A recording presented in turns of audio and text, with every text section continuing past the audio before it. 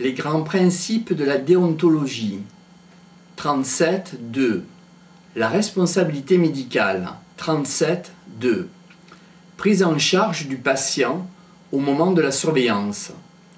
Il y a quelques procès en matière de diagnostic.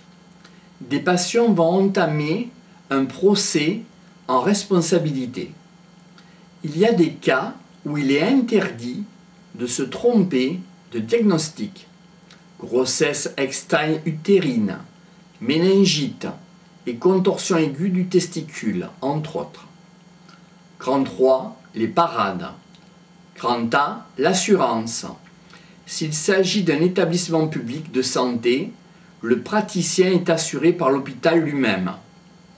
En revanche, s'il s'agit d'un exercice libéral, il faut souscrire une assurance spécifique en responsabilité civile professionnelle. Il ne faut pas n'importe quelle assurance. Il faut lire les contrats. On doit prendre garde au moment du montant des sommes assurées. Il est évident que si un médecin entraîne un dommage à une personne qui devient paraplégique, les sommes sont énormes, jusqu'à plusieurs millions de francs. Il ne faut pas de butoir, pas de plafond en matière de réparation. Les délais de prescription. Lorsqu'un médecin part en retraite, il arrête de payer son assurance en responsabilité civile professionnelle. Certaines assurances arrêtent de le couvrir à partir de cette date. L'assurance doit couvrir le délai de prescription. Le délai de prescription peut être long, 30 ans. Il faut donc faire attention au choix de l'assurance. L'assurance indemnisera au civil. Au pénal, s'il y a une amende, c'est évidemment la formation médicale continue.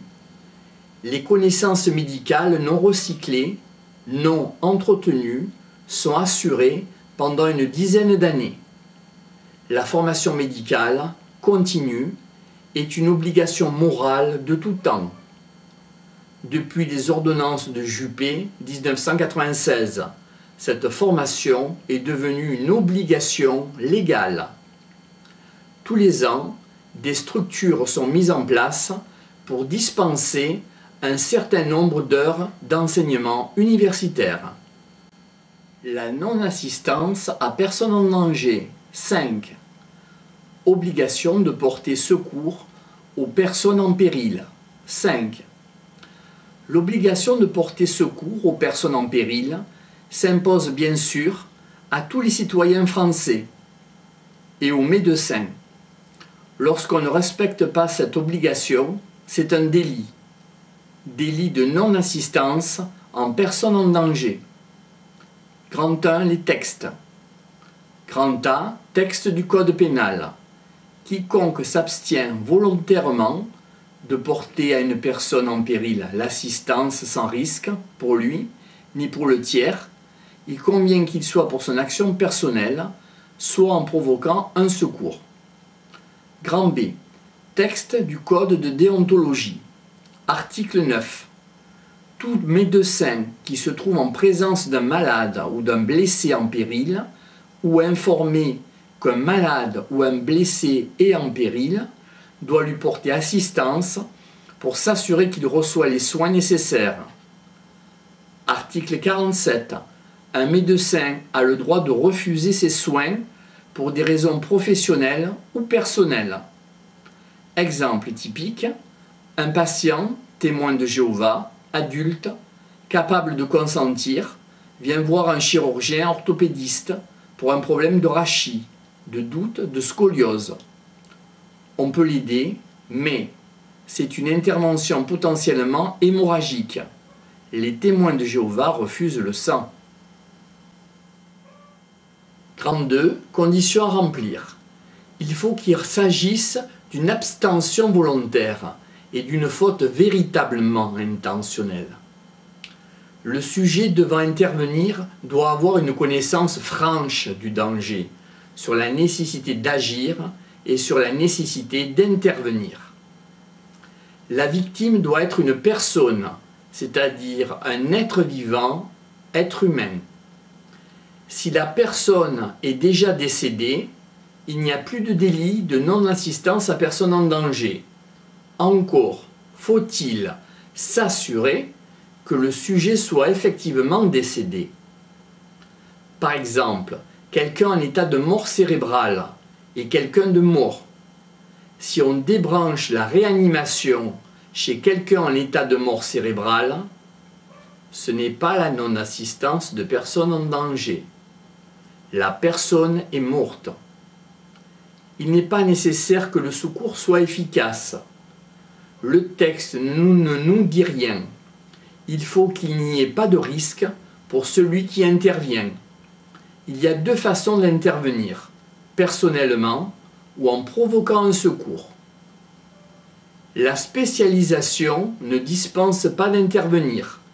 Quelqu'un qui sonne à votre porte et dit « Docteur, mon mari n'est pas bien, venez voir à la maison », le médecin répond « Je suis dermatologue, je ne connais que la peau, appelez donc un autre médecin ».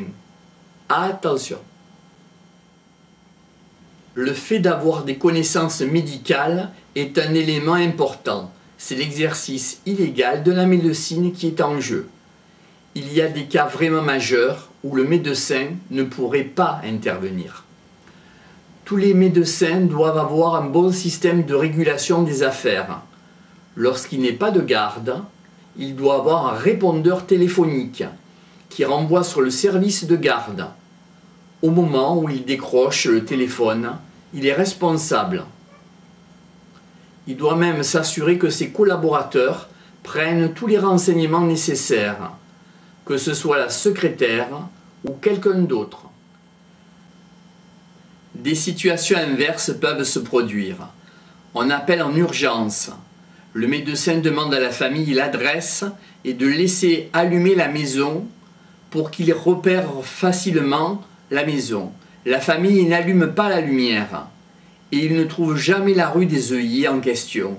Il s'agissait d'un nouveau quartier dans lequel les plaques n'avaient pas été encore apposées. Il ne peut y avoir de condamnation car tout a été mis en œuvre pour essayer de le trouver. 33. Exemple. A. L'affaire du docteur Gouillard. Il s'agit d'une fermière qui appelle le docteur Gouillard.